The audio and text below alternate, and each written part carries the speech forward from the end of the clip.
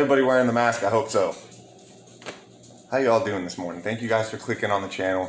Thank you guys for taking the time out of your day to swing by and see what's cracking over here in NorCal Fisherman Channel. Not much. We did do that overlanding trip. That was awesome. Hope you guys enjoyed that. And it brought me to my next point, which as you can see today, I got some tackle laid out in front of me. We got some reels. And I want to talk to y'all about the salmon season here in California. The tackle, if you're like me, if you're a bank fisherman, this is the stuff that you'll be using. And I'm experimenting with some newer gear, and I just kind of want to go over that with y'all too. So we're going to do all of that right now. All right, so if you're a bank fisherman, you're probably going to be targeting Benicia. You're probably going to be targeting Feather River, Sacramento, you know, from way up north, Red Bluff, all the way down to the Delta. You guys can be throwing this and be efficient when the salmon are in. Even all the way up north, Klamath, Trinity Smith, these are definitely going to be something that you want to look into using if you haven't yet. First on the list, the infamous Flying C. The Mepps Flying C. Okay, this is a 7/8 ounce, which is the bigger version. This is going to be the number 5. This is going to be the popular version that you see everybody throwing. These are known to get down deep and stay deep. That's what they're known for. Then you can go ahead and downsize. They make them in 2 size, I think maybe 3 sizes. This is a 4. This is a 5/8, I believe. Yeah. So if you're, for example, I was going to the Feather this year, and when I got up there, the flows were really low. I only fished it for like an hour because we were going all the way up north. But I bought the number 5, and the number 5 went straight to the bottom, and I lost one. I almost snagged immediately. So the little sizes are definitely good to have. This one was able to have a more natural fall and more natural presentation, and it didn't fall as quick. So definitely, you know, get different colors, get different sizes. They also make the side wash models, and they sell them with side washes. You could swap those out. Certain rivers, you're not allowed to have treble hooks. So keep that in mind depending on where you go. All of my hooks, barbs are pinched as well. Okay, so that's the Mepps, that's the Flying C. We'll move over here. If you're going real up north like Smith, Trinity, this is what I suggest. The number 3 or even smaller on like a 10-pound big game line if there's a big steelhead in the system. But this small presentation chrome with a little feather on the end, you just can't go wrong. And they're super easy. Cast, retrieve, cast, retrieve, or cast, retrieve. If it's a deep hole, you can let it sink for a few seconds, retrieve it. Nothing like reaction bait. And these, you know, you can get them in a 4, you can get them in a 5, all different colors, whatever. But I'll tell you right now, my juice is going to be that green number 5, baby. I don't know why, it always works. Alright, moving on to the real aspect. So, if you guys watch the channel, you know that I just picked up this Piscifun Elijo 300. Called it a 3000 last video. It is a 300. And this was the first time I've used it, and it worked phenomenally. I loved it. I'm still learning about it. If you plan on throwing spinners with this reel, I suggest you downgrade the braid.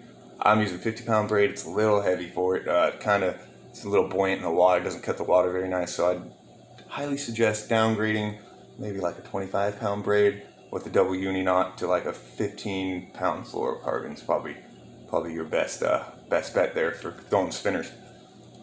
Okay, and I wouldn't suggest, I mean, you can use like a regular bass bait casting reel, but I wouldn't suggest it. In my experience, these reels that have around 15 to 18-pound drag, it's really all or none with the drag. You can't find that smooth spot that'll allow a fish to just run with it. It's either all the drag's there or there's just none there at all. So that's why I upgraded. This one has 30 pounds, 28 pounds, 32 pounds of drag, and you can find a sweet spot within that range, you know, with a magnet to allow the spool to go off. Nice if the fish wants to take a nice run. It's not going to put any of your knots or any of your line at risk of snapping. Now that that's out of the way, let's talk about the flossing technique, which I still got a lot to learn on. But I did a little pre-tie setup for y'all. I'm just going to run over everything real quick. Okay, so you're flossing. Spinners aren't working. You see guys with these big old 2-ounce cannonball weights or even these little slinky weights. They're throwing them out there. They got long leaders, some beads going on. You don't know what's going on. I'm going to explain that to you. They're flossing, okay, which means they're throwing their stuff upstream. They got this big old leader going out, and it's sweeping the bottom of the river. Okay, so what that's doing, the salmon swimming up river with their mouths open, and this bead's floating through, and they're just literally flossing. That's why you see guys setting hooks all crazy all over the line. You see them ripping and you see them pulling. Yeah, it's chaos. But if that's what you want to do, which I don't blame it, sometimes it's more productive than these spinners. Look at that.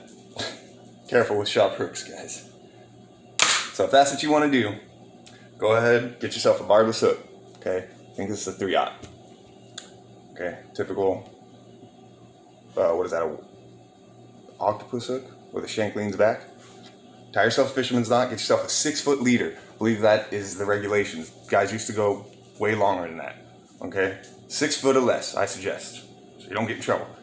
Any type of bead you want, from 2mm to 10mm to soft beads, it don't matter. Get it pegged up there. You can put 10 beads if you want, whatever you think works. I usually do about 2 finger space away, and then I just do maybe 1 bead. And as you guys can see there, I pegged it with a toothpick. I suggest you do a bead knot or get a real bobber stop. I just left that in there for demonstration purposes. You're gonna have a nice long leader. Okay, this is 25-pound big game, and then it's gonna go straight to a barrel swivel. Blah, blah.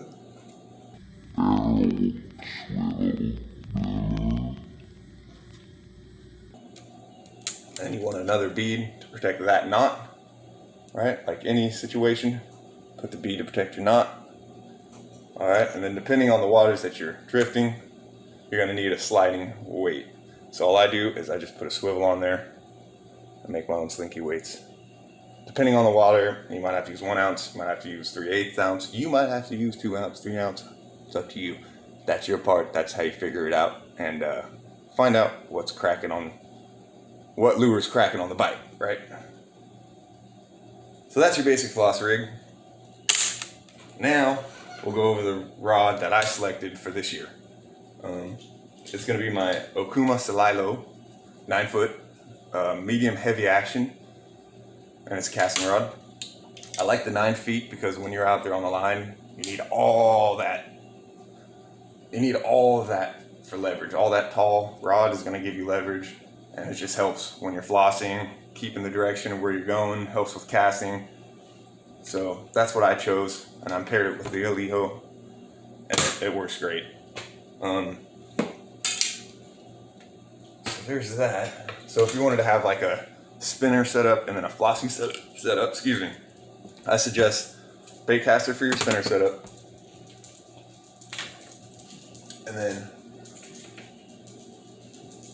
a spinning reel for your flossing setup. And this one is a Daiwa Revros. You can get this at Outdoor Pro for $89.99. I actually upgraded the reel to the Daiwa 4000 Spitfire. It comes with like a 3000 on it, and we put 50-pound braid on that too. And I love this rod. It's super sensitive, but it's got that backbone that's heavy enough to really wrench in a 25-pound fish, you know, if you get one. So there's a little crash course for you guys on what kind of terminal tackle, what kind of rods and reels to use, what kind of line, just a little bit of knowledge that I've gained for the last few years of hunting, because I still haven't caught one, but I got a feeling that's all going to change. So thank you guys for tuning in, and keep your notification bells on, because I'm still going to announce the winner of the last video. We're gonna go fishing, and then I'm going to announce the winner. Don't forget, you guys are getting some Guggen Squad baits. You guys are going to get my favorite Rapala bait, so don't forget that. All right, giveaway still going on, but you got to comment on the last video. So I will see you guys on the water. Thank you so much. Go ahead and leave a like. Go ahead and subscribe. Show a buddy. See you guys out there. Peace.